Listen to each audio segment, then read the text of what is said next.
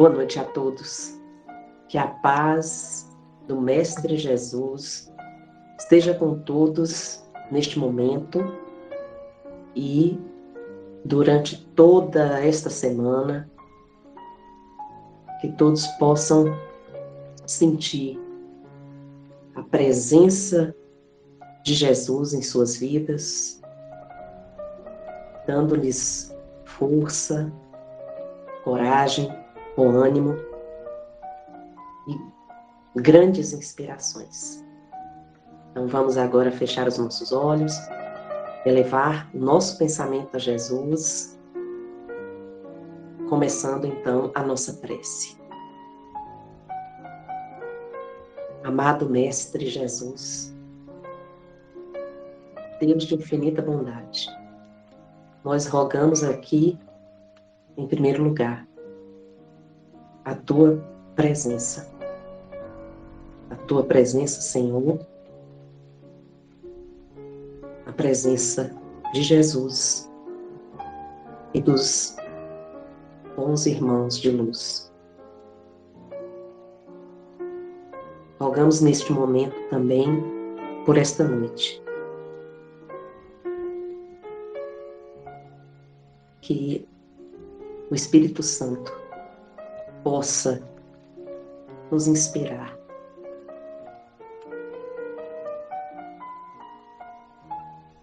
nos elevar o pensamento a reflexões cada vez melhores, no sentido de conseguirmos modificar as nossas atitudes. Rogamos a Jesus pelo Brasil, pelos seus governantes, pelo seu povo. Rogamos ao Senhor pela humanidade, que a cada dia nós possamos construir as possibilidades de que o sofrimento, as dores, não precisem mais fazer parte do quadro do nosso cotidiano. Que sejamos fortes o suficiente para, em melhorando as nossas atitudes, melhorarmos a vibração do nosso planeta e nos prepararmos para um mundo melhor, de regeneração. Que a paz do Mestre Jesus esteja com todos, neste momento e sempre. Que assim seja. Viva Jesus! Pois bem, queridos amigos, dando continuidade ao tema que nós estamos discutindo nesta semana, começamos no sábado com o orgulho e a humildade. E dentro desse tema, nós vamos trabalhar a missão do homem inteligente na Terra. Qual é a missão do ser humano, do homem, da mulher inteligente na Terra? Qual é o comportamento do ser humano inteligente? Daquele que realmente utiliza a sua inteligência para desenvolver as melhores habilidades em benefício do seu próximo.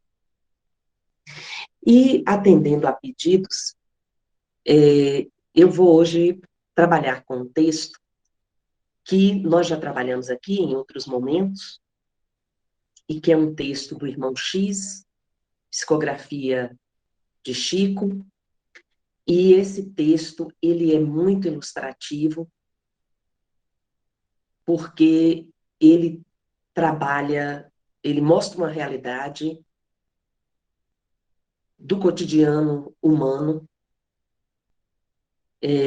característico das dificuldades, dos enganos que todos nós vivemos aqui, enquanto estamos reencarnando neste planeta, no mundo de provas e de expiações. O título do texto é A História de um Pão. E a história vem nos chamar a atenção de uma trajetória de um rei que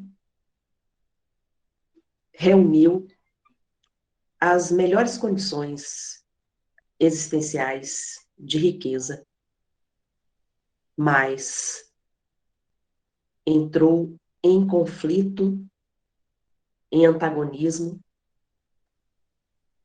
com um comportamento moral inadequado. Então, a história nos diz assim: quando Barsabás, o tirano, demandou o reino da morte, buscou debalde reintegrar-se no grande palácio que lhe servira de residência. A viúva, alegando infinita mágoa, desfizera-se da moradia, vendendo-lhe os adornos. Viu ele, então, baixelas e candelabros, telas e jarrões, tapetes e perfumes, joias e relíquias, sob o martelo do leiloeiro, enquanto os filhos querelavam no tribunal, disputando a melhor parte da herança. Então, vejam bem, nós estamos vendo aqui um rei, um tirano, um homem que centralizava toda a sua vontade, todo o poder em torno de si, e fazia a sua vontade preponderar. Mas quando ele acessou o reino da morte,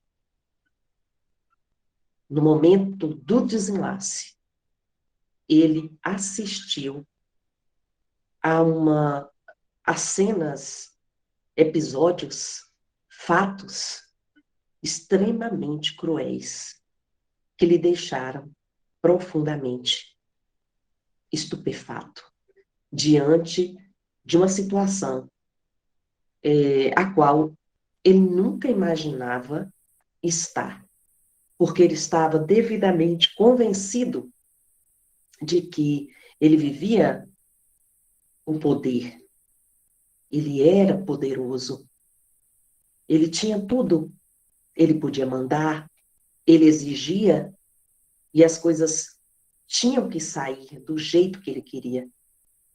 E ele compreendeu esta condição como uma forma de existência que jamais iria passar. Ele não se preocupou em parar um pouco para refletir nas coisas ao seu redor, nas atitudes que tomava, e se ele estava satisfazendo ou não as pessoas que conviviam com ele. Enfim, as pessoas que dependiam dele. Mas aí o texto continua nos dizendo: ninguém lhe lembrava o nome, desde que não fosse para reclamar o ouro e a prata que doara a mordomos distintos. E porque, na memória de semelhantes amigos, ele não passava agora de sombra. Tentou o interesse efetivo de companheiros outros, da infância. Todavia, entre eles encontrou simplesmente a recordação dos próprios atos de malquerência e de usura. Vejam o que Barsabás havia plantado entre os amigos, entre os conhecidos, aqueles que ele considerava. Vejam que nesse momento foi dada a Barsabás a oportunidade de ouvir, de sentir, de ver, naquele momento, o que as pessoas pensavam dele, o que as pessoas sentiam por ele. No momento da morte, Barsabás nem se deu conta de que estava acontecendo com ele ali uma transformação radical. Ele pensava até que fosse um sonho, mas ele estava debandando o reino da morte, como o Espírito também aqui nos fala. Ele estava acessando o reino da morte e tendo a oportunidade de assistir as pessoas com a sua ausência se referindo ao comportamento deste rei, que era considerado um tirano. Pois bem, Barsabás entregou-se às lágrimas, de tal modo que a sombra lhe embargou. Por fim, a visão, arrojando-o nas trevas.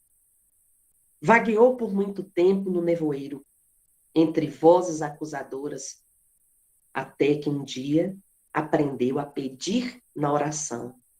E como se a rogativa lhe servisse de bússola, embora caminhasse às escuras, eis que, de súbito, se lhe extingue a cegueira e ele vê, diante de seus passos, um santuário sublime, faiscante de luzes.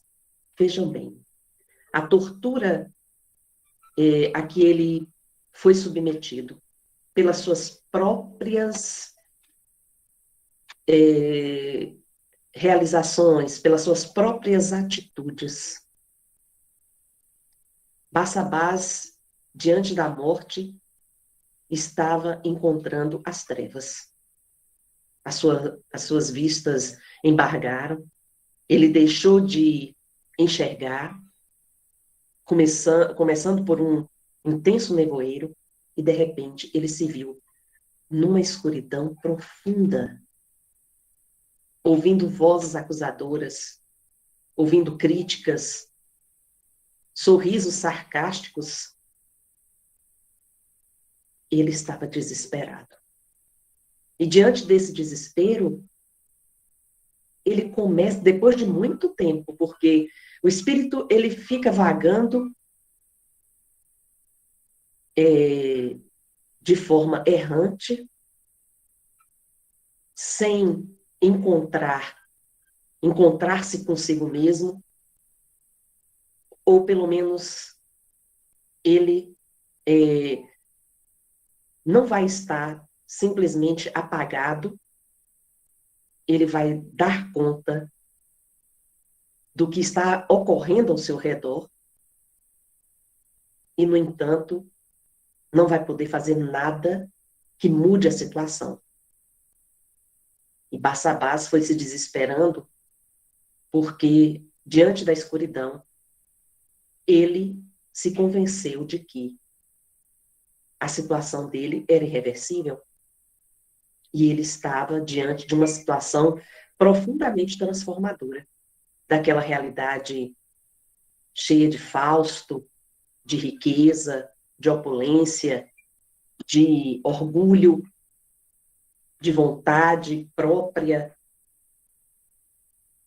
Mas nesse momento, Barsabás, dentro dele, algo gritando por socorro, fez com que ele passasse a orar. Ele passou a recorrer ao Altíssimo. Ele passou a pedir, elaborando preces ao alto. Ele passou a pedir ajuda ao Altíssimo, que o socorresse naquele momento. Mas como a misericórdia divina é muito grande e atende a todos sem discriminação nenhuma, porque para Deus todos nós somos iguais. Todos nós somos da mesma forma, não somos diferentes, merecemos o sol, mesmo que as nossas atitudes não sejam as melhores. Mas o sol, ele se abre para todos, maus e bons. Então, todo aquele que pede de verdade, com arrependimento de coração, ele é escutado pelo Altíssimo. E foi a partir daí que, através dos pedidos de Barsabás, ele começa a enxergar pequenas centelhas que iluminavam seu caminho de trevas. E aí, coisas diferentes começam a acontecer com ele, mudando um pouco aquele quadro que se apresentava tão cruel. Então, Barsabás continuou orando. E quando ele percebia, e como ele percebia, que a oração melhorava aquela situação, isso lhe serviu de bússola, como nos fala o Espírito. E ele continuou pedindo a Deus ajuda. Milhões de estrelas e pétalas, aqui o texto nos fala, fulgurantes, povoavam em todas as direções. Barsabás, sem perceber, alcançara a casa das preces de louvor, nas faixas inferiores do firmamento. Veja que maravilha. Vejam a glória da misericórdia divina. Barsabás, rogando ao alto, chegou até, sem perceber, a casa das preces de louvor, nas faixas inferiores do firmamento, nos umbrais, nos lugares onde o sofrimento, a ignorância, a tortura, elas se apresentam como reflexo daquilo que o ser plantou durante uma existência inteira, momento em que poderia estar melhorando-se, controlando seu orgulho, destruindo a vaidade, deixando o egoísmo de lado, pensando um pouco mais no seu próximo, agindo por ele, se sacrificando por ele. Então, essas faixas inferiores, elas estão repletas de locais que são como pontos de luz, de oração, de espíritos avançados, que estão ali supervisionando, atendendo àqueles que se abrem para o auxílio. E o texto ainda continua dizendo: não bastante, deslumbrado, chorou, impulsivo, ante o ministro espiritual que velava no pórtico. Ele chorou diante daquele ser maravilhoso, bondoso, amável, que estava aberto a auxiliar aquele irmão que se permitia, naquele momento, a uma melhora, a refletir um pouco, ao arrependimento. Após ouvi-lo, generoso, o funcionário angélico falou sereno: Barsabás, cada fragmento luminoso que contemplas é uma prece de gratidão que subiu da terra. Cada fragmento, vou repetir, minha gente, cada fragmento luminoso que contemplas é uma prece de gratidão que subiu da terra. Então veja, a iluminação naquele ambiente, ao redor daquela casa de oração, era o reflexo das preces que estavam subindo até aquelas faixas do firmamento. E aí, Barsabás, triste, de cabeça baixa, disse: ai de mim, soluçou o desventurado, eu jamais fiz o bem. Ele estava dizendo que ele não ia merecer, ninguém ia lembrar dele, que ele não ia merecer prece alguma. Mas vejam o que acontece. Em verdade, prosseguiu o infortunado. Desculpe. Em verdade, prosseguiu o informante. Trazes contigo em grandes sinais o pranto e o sangue dos doentes e das viúvas, dos velhinhos e órfãos indefesos, que despojastes nos teus dias de invigilância e de crueldade. Entretanto, tens aqui, em teu crédito, uma oração de louvor. Vejam bem, analisando o texto, nós podemos observar aqui que o informante, o espírito que estava ali, responsável pela casa de oração, que estava ali dando orientações a Barsabás, disse que Barsabás estava trazendo com ele, em grandes sinais, todo o sofrimento que ele promoveu àquelas pessoas. Às pessoas idosas, às pessoas doentes, às pessoas, aos órfãos indefesos, àqueles que ele poderia, que passou pelo seu caminho, que ele poderia ter auxiliado. E o seu orgulho, a sua vaidade, o seu egoísmo não permitiram. Então, nesse momento, ele estava sofrendo pela sua invigilância, pela sua crueldade. Ele estava refletindo em si as atitudes que ele havia tomado na terra. Ele estava, naquele momento, fazendo a colheita daquilo que ele havia plantado. Então, no entanto, aquele espírito bondoso, ele informou uma coisa importantíssima também a Barsabás. Ele diz, mas aqui tu tens um crédito. Barsabás ficou atento, porque ele não estava acreditando. Um crédito, ele mesmo admitiu, não havia feito bem algum. E o irmão disse, uma oração de louvor chega até a ti. E aí o irmão X nos fala, e apontou-lhe a canhada estrela que brilhava à feição de pequenino disco solar. Gente, uma pequena estrela, semelhante a um pequeno disco solar, pequeno, mas era uma estrela que cintilava em benefício de Barsabás. Nossa, vejam bem, ele estava sendo beneficiado por uma prece. De quem seria? Há 32 anos, disse ainda o instrutor, deste um pão a uma criança, e essa criança te agradeceu em prece ao Senhor da vida. Vejam o tempo que ele estava vagando no espaço, em sofrimento, até ele se convencer de que ele precisava rogar a ajuda divina.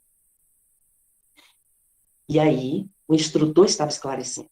Há 32 anos, deste um pão a uma criança, e essa criança te agradeceu em prece ao Senhor da vida.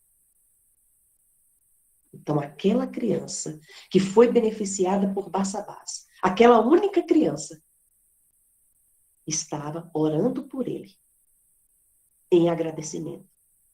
Porque em um determinado momento de sua loucura, Barsabás foi capaz de se compadecer de uma criança, de um órfão. E esse orou por ele. Vejam bem a importância das nossas atitudes. Chorando de alegria e consultando velhas lembranças, Barsabás perguntou, Jonaquim, o enjeitado? Ele se lembrou. Era Jonaquim, o enjeitado. Muitas crianças,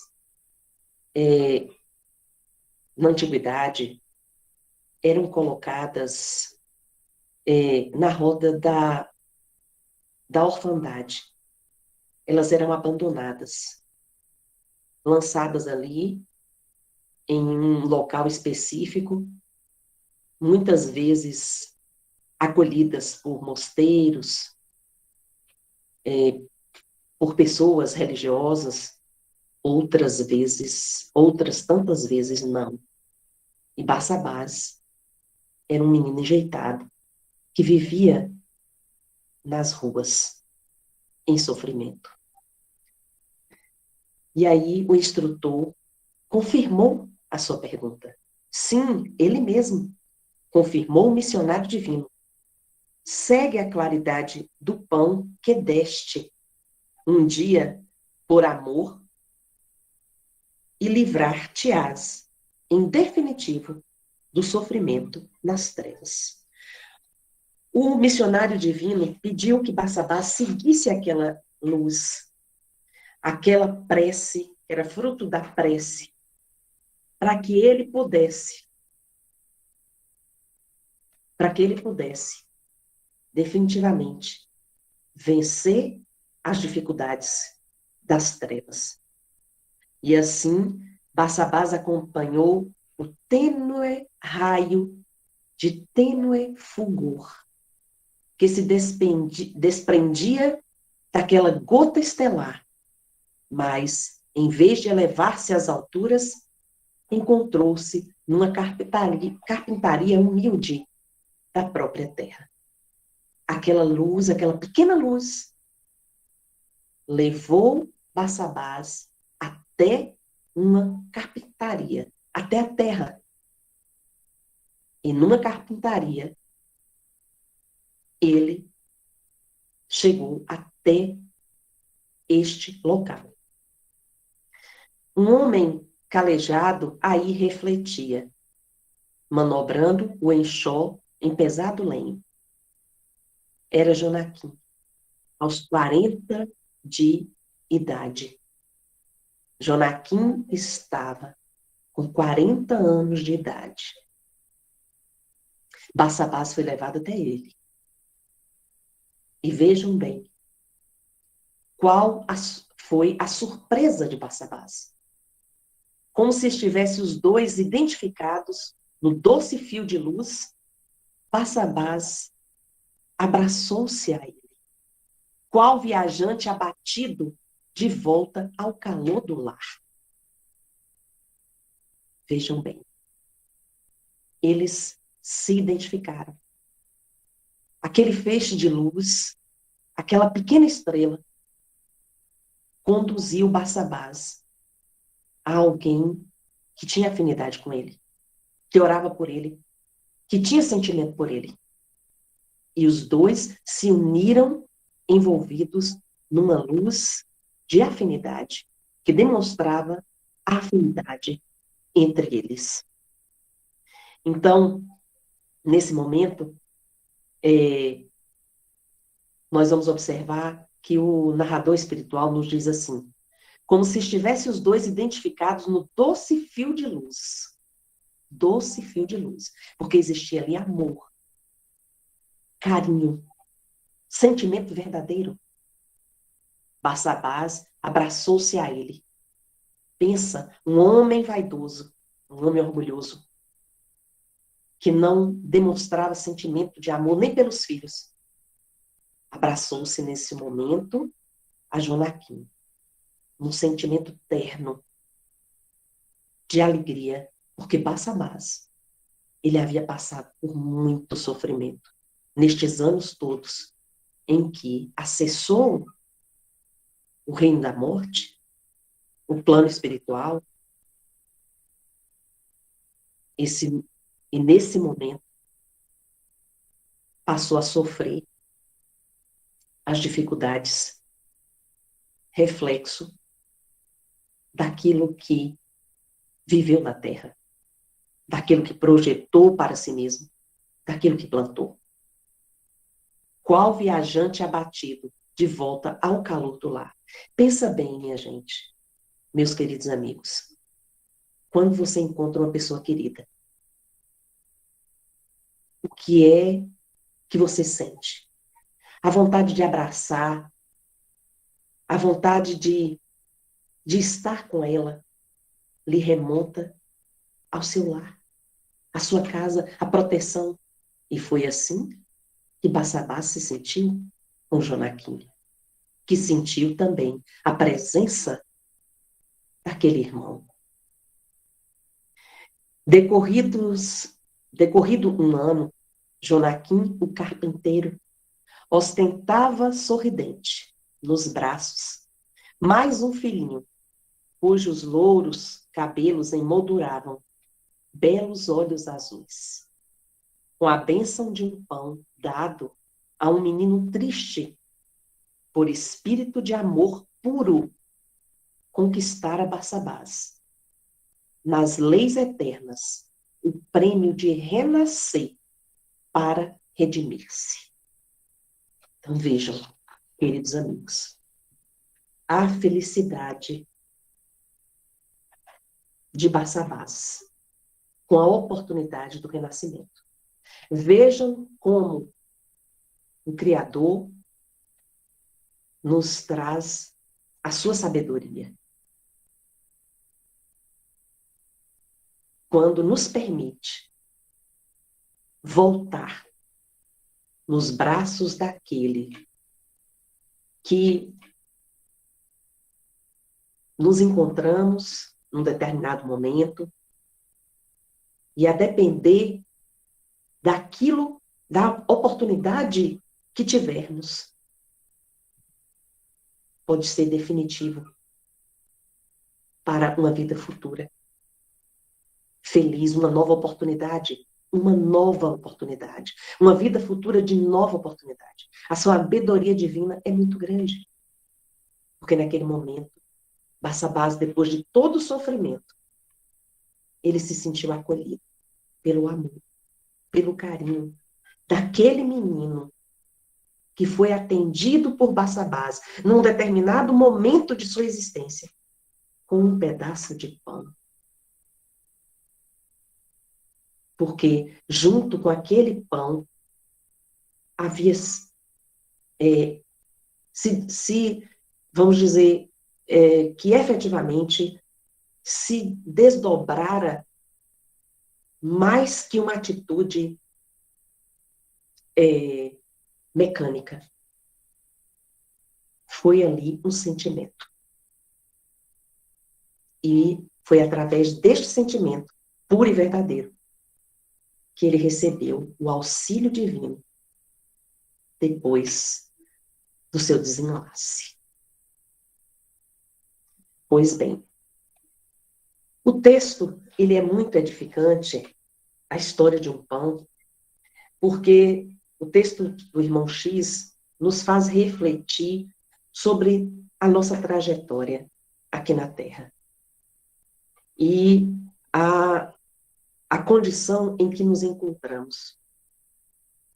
As coisas das quais esquecemos, a nossa petulância diante da vida, a vaidade, o orgulho, o egoísmo, a falta de respeito.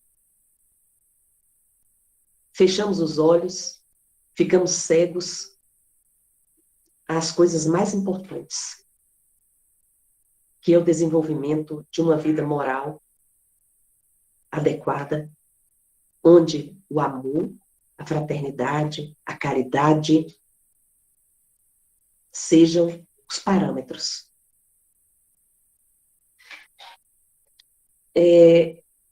Aqui no texto do Evangelho segundo o Espiritismo, o Espírito Ferdinando, em 1862, nos diz assim: não vos orgulheis por aquilo que sabeis, porque esse saber tem limites bem estreitos no mundo que habitais. Vejam bem. Recebemos todo o manancial de poder, de inteligência, de saber, para usarmos bem, em benefício do outro, não em nosso próprio detrimento. Pensa bem a tristeza de Barsabás, o sofrimento dele ao ver que os filhos brigaram pelo metal que ali existia no castelo, pelos quadros de luxo, tapetes, baixelas de prata, de ouro. Os filhos nem se lembraram, nem choraram por ele, não derramaram uma lágrima, não oraram por ele, nem tampouco a sua esposa, que se sentiu liberta daquele tirano.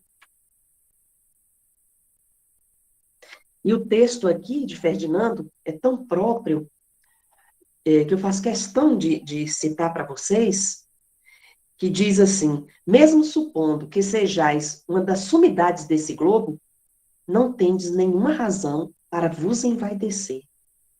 Se Deus, nos seus desígnios, vos fez nascer num meio onde pudeste desenvolver a vossa inteligência, foi por querer que a usasseis em benefício de todos. Já pararam para pensar? Nós precisamos parar para pensar nisso. Muitas vezes você quer se destacar na sua classe como o aluno mais inteligente. E às vezes você é competitivo e você quer tirar as melhores notas. Você quer tirar as melhores notas, você quer fazer os exercícios em primeiro lugar, você quer receber os elogios, os melhores elogios, mas você já parou para pensar o quanto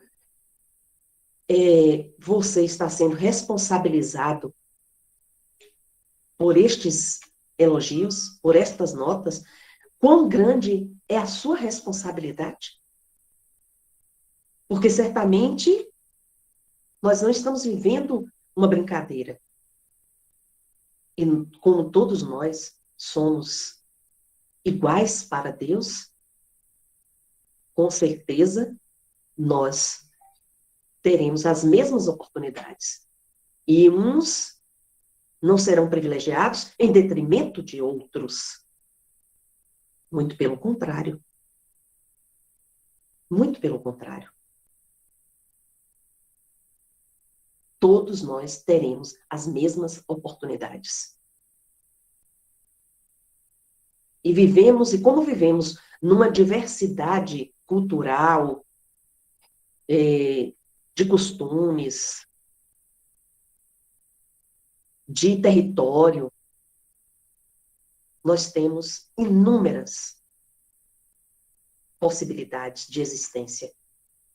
E vamos passar por inúmeras experiências até que a gente aprenda a se humilhar diante do Altíssimo e da necessidade de realizarmos algo em benefício do outro.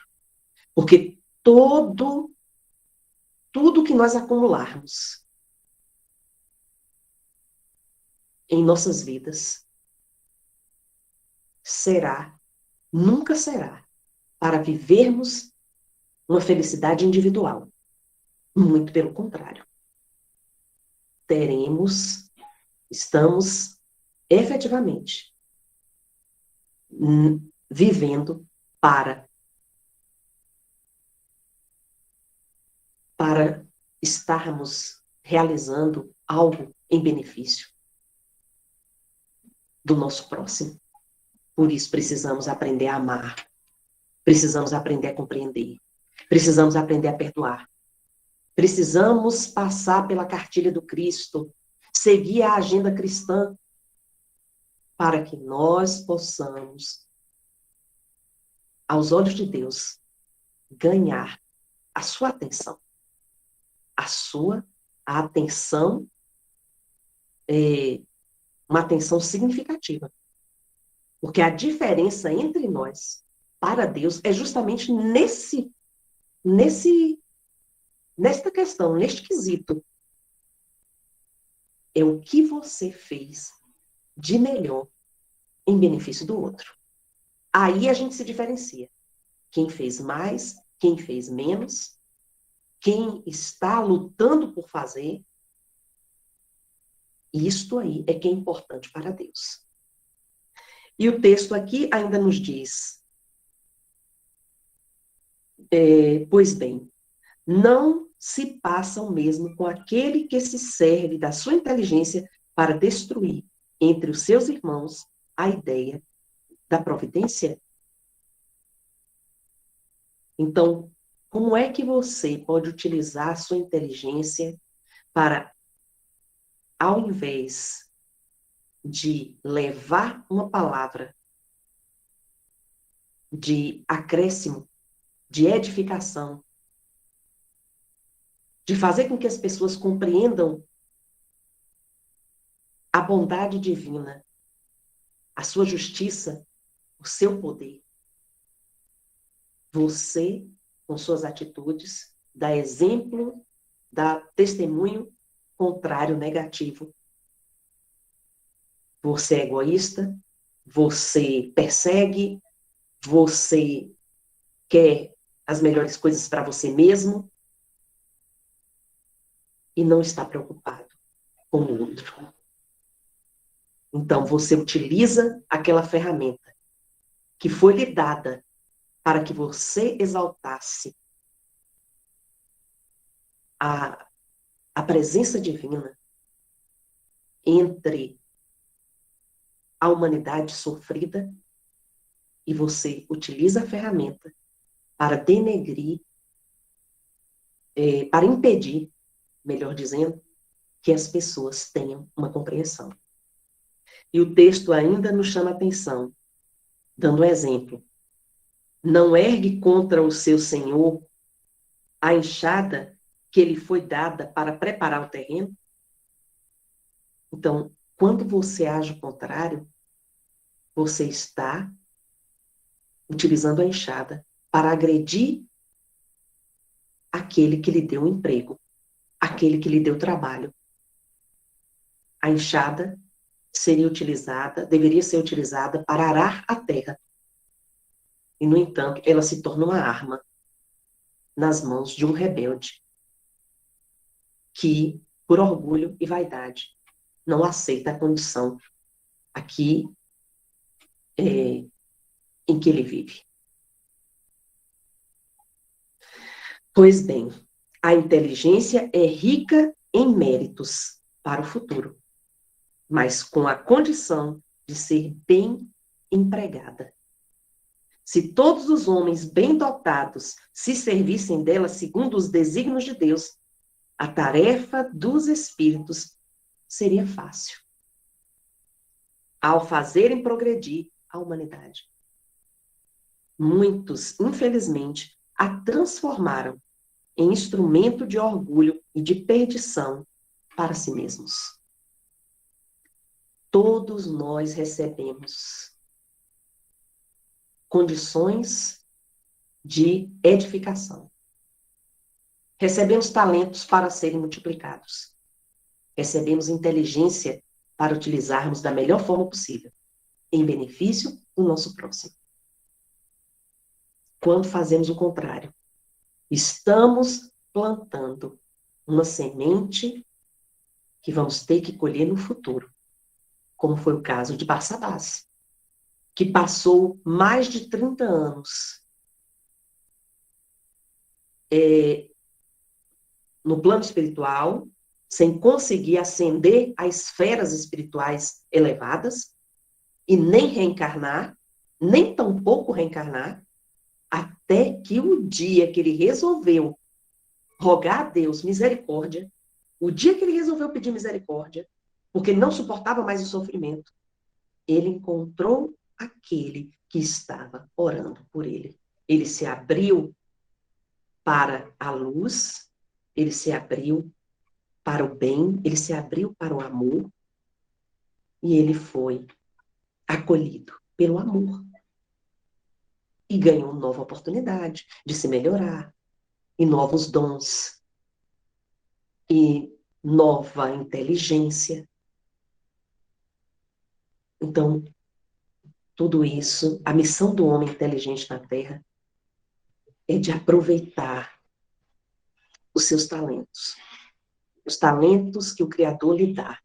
As oportunidades adquiridas para transformá-las em momento extraordinário e edificante, em benefício do seu crescimento espiritual, da sua elevação espiritual, do seu processo de aperfeiçoamento. Uma vida moral adequada. Precisamos lutar por uma vida moral adequada. Não moralismo, mentiroso, hipócrita, mas um comportamento moral, de justiça, de amor, de caridade, de benevolência, de compreensão, de perdão. É isso. Bom, nós temos aqui, finalizando nosso trabalho, uma mensagem dos irmãos Vozes, que é uma mensagem do irmão Jeremias, que nos diz muito sobre esse comportamento moral, que nos diz assim: em vigilância, seguindo alertas, adquirido imunidade espiritual contra as insidiosas arremetidas das paixões inferiores. As paixões inferiores nos destroem. Precisamos estar vigilantes. Aqui nos falam os irmãos Vozes. Afeitos aos critérios, por excelência, para a boa prática da convivência com os outros. Vejam, a boa prática da convivência com os outros. Para a boa prática do bem viver na paz do Cristo. Critérios que acendem a luz apocada do ser humano, capazes de levantar os caídos e trazer à vida os mortos.